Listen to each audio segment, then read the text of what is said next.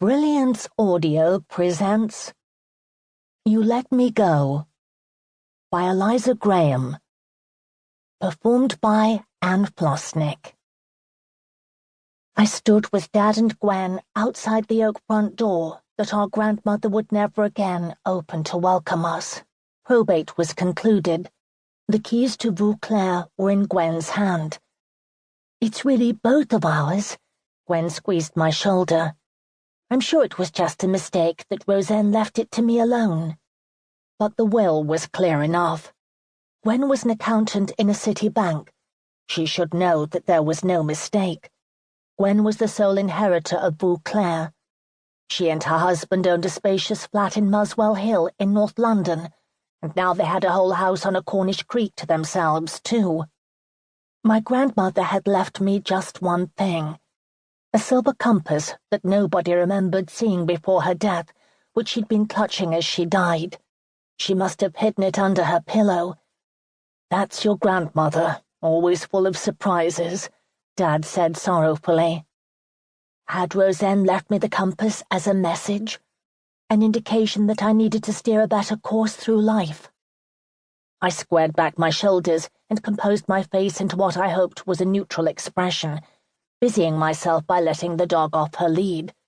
Pearl, Rozenn's small crossbreed terrier, was revisiting her old home along with Dad. Gwen unlocked the door and we went inside. Pearl dropped her nose towards the wooden floor, sniffing as she ran towards the balcony.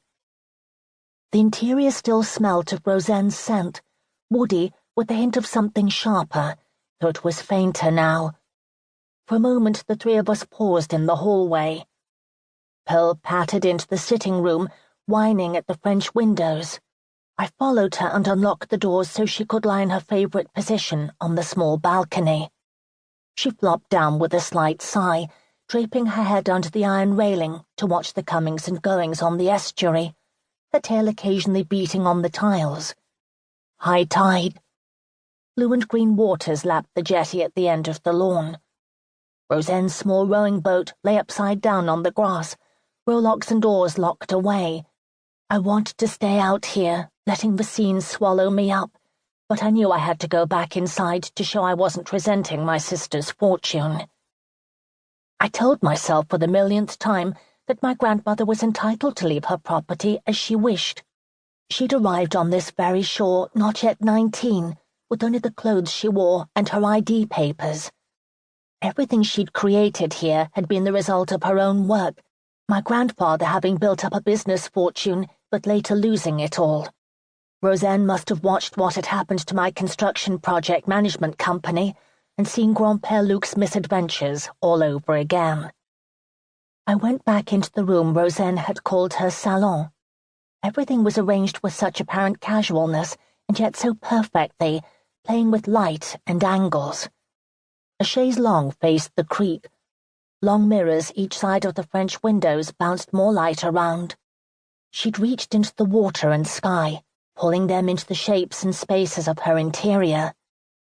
At high tide the house seemed to float. From the outside it might have sat by the estuary for 100 years or more. She'd actually bought the original 1920s bungalow on the site in the 70s and pulled it down, starting from scratch. The house's granite walls and lead roof used the traditional building materials of this part of Cornwall. It was long in design, proportioned like a barn with 3 sections, the middle containing the living rooms and bedrooms above. A lower pitched section on one side housed the kitchen, with Rozenn's little office above it, and a further single-story section contained her utility room. Every time I visited, the changes in the light surprised and delighted me.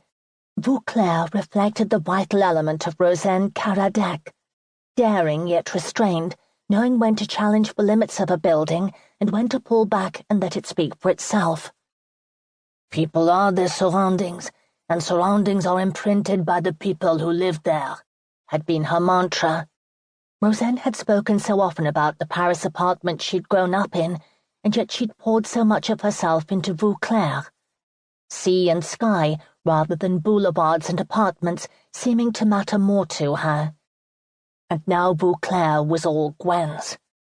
The light from the creek, the shadows the trees cast, the granite walls, the wooden floors belonged to her alone.